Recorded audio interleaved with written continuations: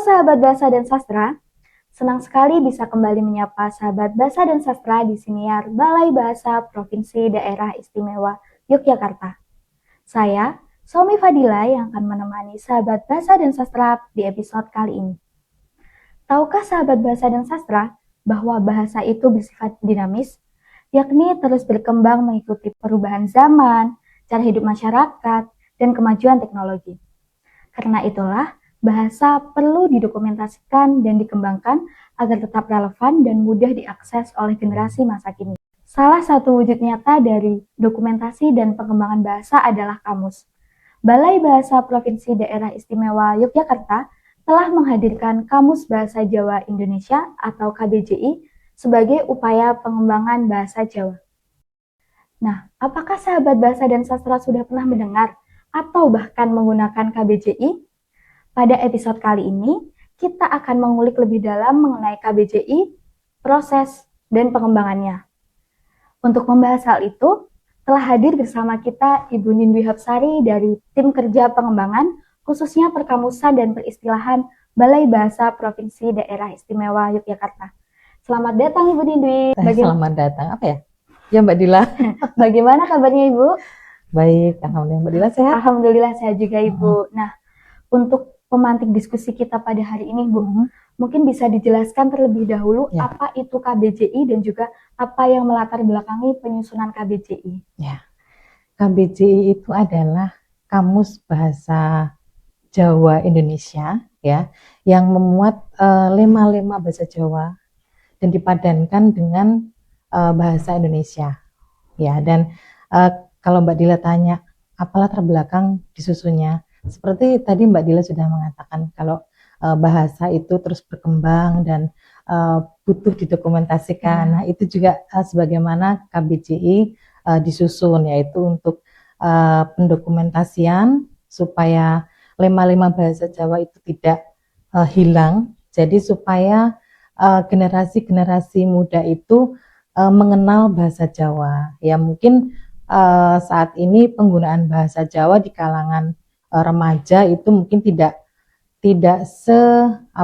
sebanyak atau sesering orang-orang zaman dulu ya, yang mungkin hanya mengenal bahasa Jawa dan untuk penguasaan bahasa Indonesia justru lebih sulit gitu ya. Nah, kalau anak sekarang kan kebalikan ya. Sekarang penguasaan bahasa asingnya bahkan lebih unggul dan penguasaan bahasa daerahnya mungkin agak sedikit berkurang. Nah, supaya generasi muda itu tidak kehilangan lema-lema bahasa Jawa, itulah tujuan disusunnya Kamus Bahasa Jawa Indonesia. Oh begitu ya, berarti memang sebagai upaya pelestarian dan juga agar generasi muda tetap mengenal bahasa Jawa. Gitu ya. Nah, kira-kira nih Bu, berapa lama waktu yang dibutuhkan untuk menyusun KBJI hingga menjadi sebuah kamus yang dapat dimanfaatkan oleh masyarakat? Ya, nah di depan kita sudah ada contoh kamusnya ya. Iya. Nah ini KBJI. Ini Kamus Bahasa Jawa Indonesia yang disusun dari mulai penyusunan tuh dari tahun 2013. Ya, 2013 sudah mulai disusun. Untuk pencetakannya sendiri itu Mbak tahun 2021. Wow. Nah, berarti berapa tahun itu? 8 tahun ya, berarti 7 tahun penyusunan dan 1 tahun untuk tahap penyuntingan dan pencetakan. Oh, iya. Ya. Jadi pada tahun 2013 bahkan saya pun belum di BBY ya, Mbak. Iya. Pada tahun 2013 sudah mulai disusun kamus ini, dulu masih menggunakan mesin ketik manual, masih menggunakan komputer yang besar itu, dan pada tahun 2020 kami mulai menggali lagi data-data atau lema-lema yang bukan terserak ya, tapi ada di mana-mana gitu Mbak datanya itu. Jadi kami harus mengumpulkan satu-satu lagi untuk kemudian tahun 2021 kami konsinyasikan. Jadi seperti diverifikasi oleh para ahli. Nah, apakah kata ini sudah betul maknanya ini. Nah, itu namanya tahap konsinyasi, Mbak. Lalu setelah konsinyasi, setelah semuanya sudah dirasa sudah pas untuk padanannya, baru dilakukan tahap penyuntingan. Nah, tahap penyuntingan itu juga apa ya, kami juga berusaha sekuat tenaga ya, tim mengerjakan pada waktu itu, dan pada akhirnya pada tahun 2021 terbitlah Kamus Bahasa Jawa Indonesia versi cetak. Oh, versi cetak 2021. Iya, betul. Ya, Bu. Ya. Berarti memang prosesnya cukup panjang ya, Bu? Cukup panjang. Iya. Nah, selanjutnya nih, tadi kan ada KBJI versi cetak. Nah, apakah ada KBJI versi lain? Mungkin Ibu bisa menjelaskan nih bentuk-bentuk produk dari KBJI dan juga tujuan dari masing-masing tersebut. Oh iya.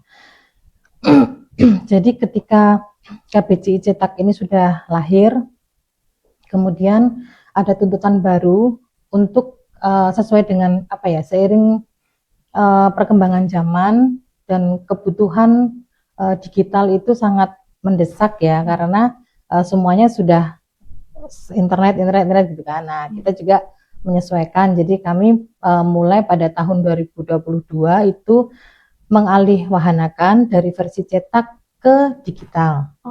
Jadi jadilah KBJI digital. Itu ada 2 versi juga. Ada versi daringnya dan juga ada versi luring. Jadi untuk versi daringnya itu bisa diakses melalui laman kbji.kemendikdasmen.go.id.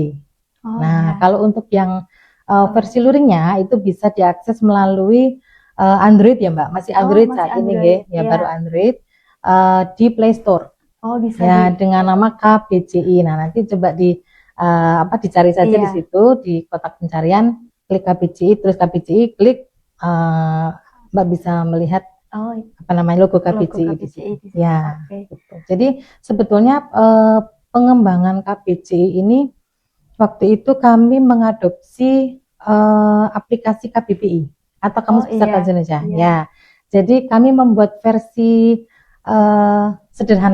versi sederhananya dari KBBI, karena memang pada waktu itu kami belum ada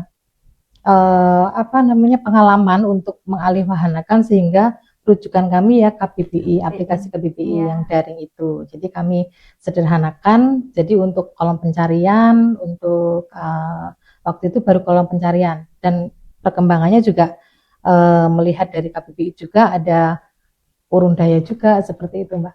Oh iya, berarti memang dirancang untuk diakses oleh semua kalangan ya Bu? Ya, betul. Bisa versi cetak maupun versi digital. Ya, jadi yang nyaman versi cetak mungkin bisa mengakses dengan yang cetak, tapi yang anak-anak sekarang biasanya sudah dengan satu genggaman saja kan, betul. Ya. Jadi mungkin sudah tidak lebih suka menggunakan gawai untuk mencari. Iya, betul.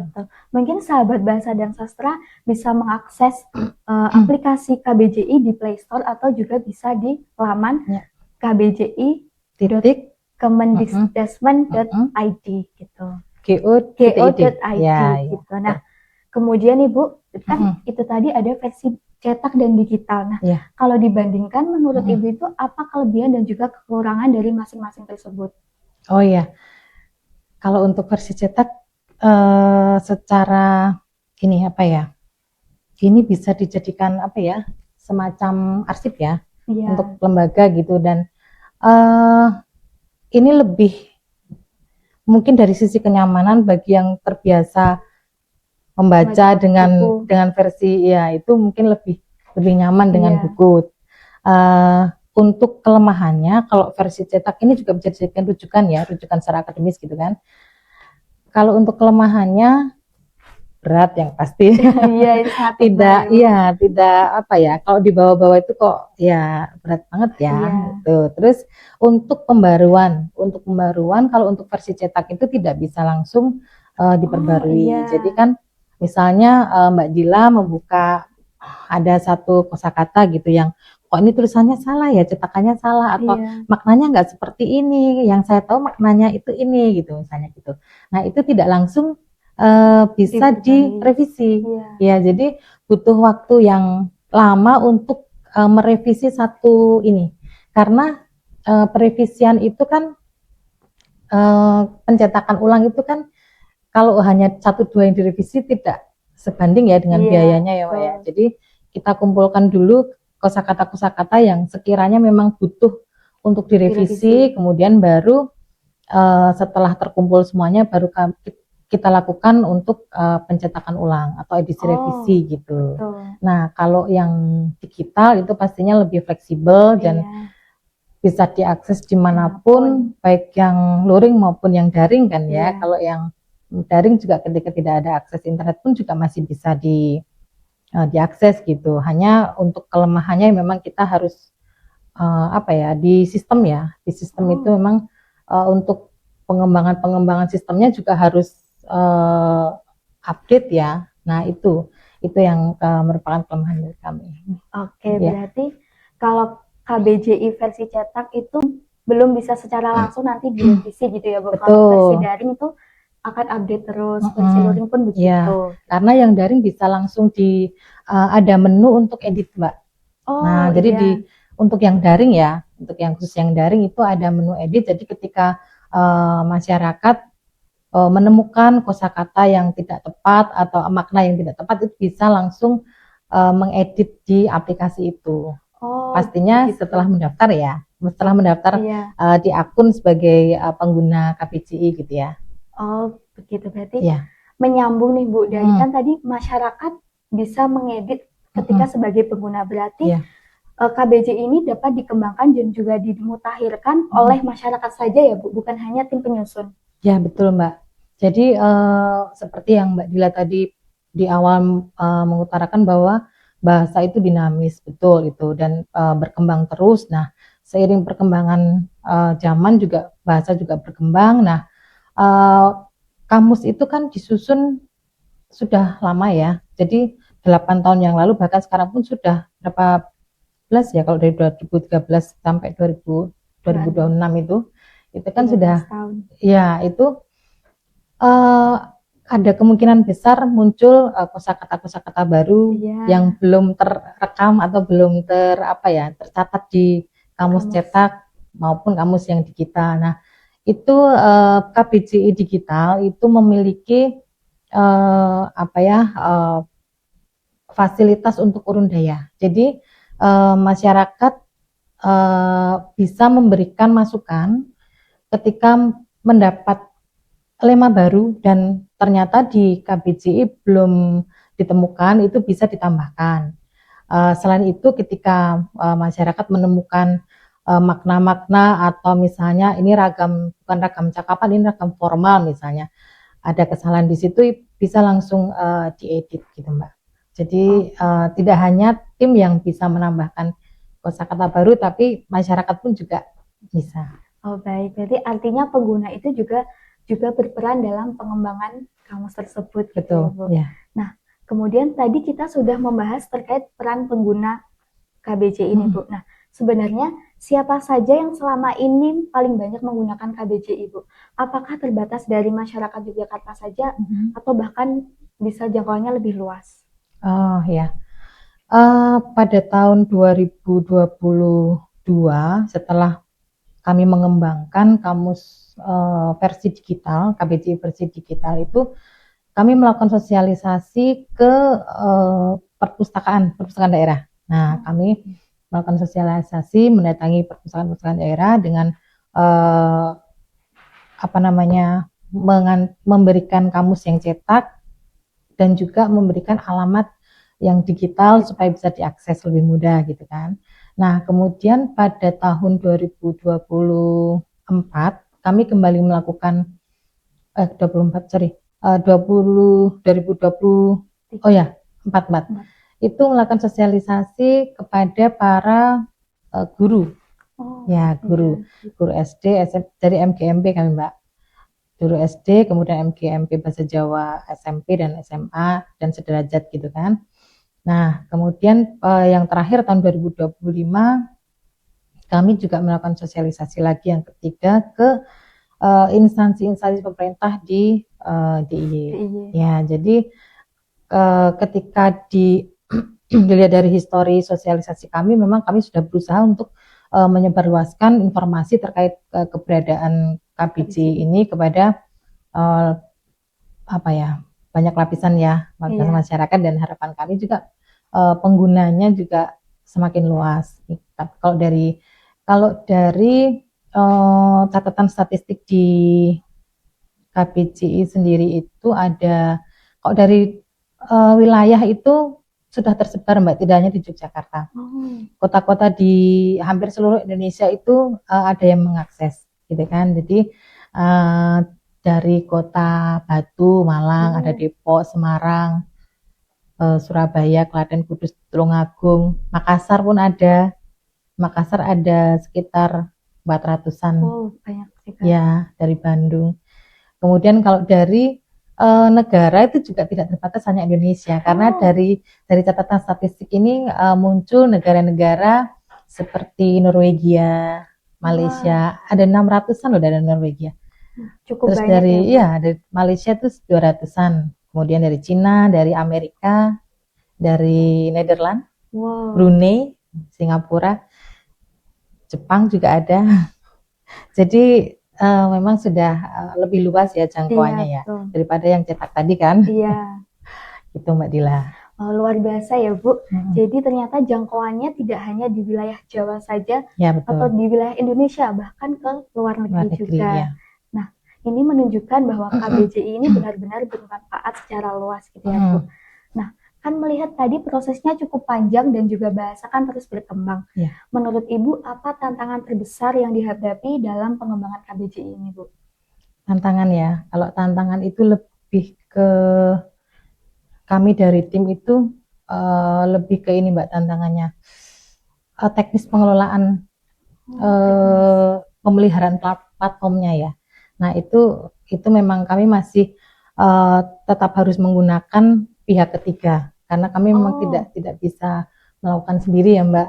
Jadi seperti kemarin perubahan dari Kementerian Kemendikbudristek ke Kemendikdasmen itu juga butuh proses yang lumayan lama sehingga KBJI beberapa saat tidak bisa diakses. Nah seperti itu.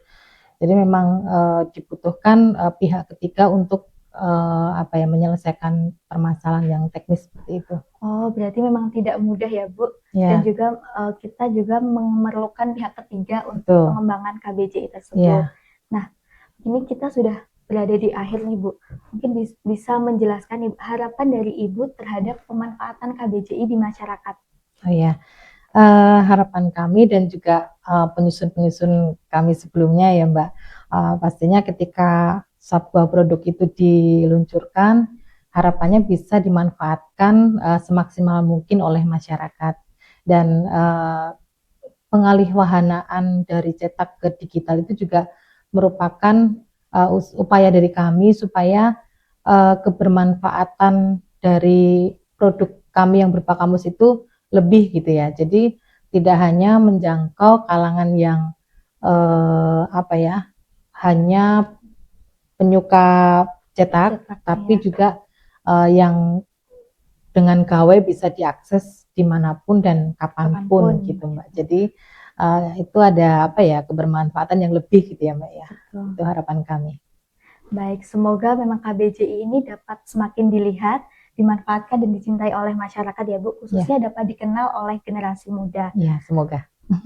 Baik, sahabat bahasa dan sastra, melalui perbincangan ini kita dapat melihat bahwa kamus menjadi bagian penting dari upaya mendokumentasikan dan mengembangkan bahasa. Nah, melalui KBJI, Balai Bahasa Provinsi Daerah Istimewa Yogyakarta berupaya untuk menjaga, mendokumentasikan, dan mengembangkan bahasa Jawa agar tetap hidup di tengah perubahan zaman.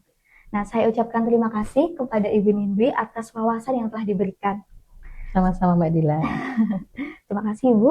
Nah, sampai jumpa sahabat bahasa dan sastra di episode berikutnya yang tentu dengan topik yang tidak akan kalah menarik. Mari kita terus menjaga dan melestarikan bahasa, baik bahasa Indonesia maupun bahasa daerah, sebagai bagian dari pembentukan karakter dan jati diri bangsa. Terima kasih dan sampai jumpa.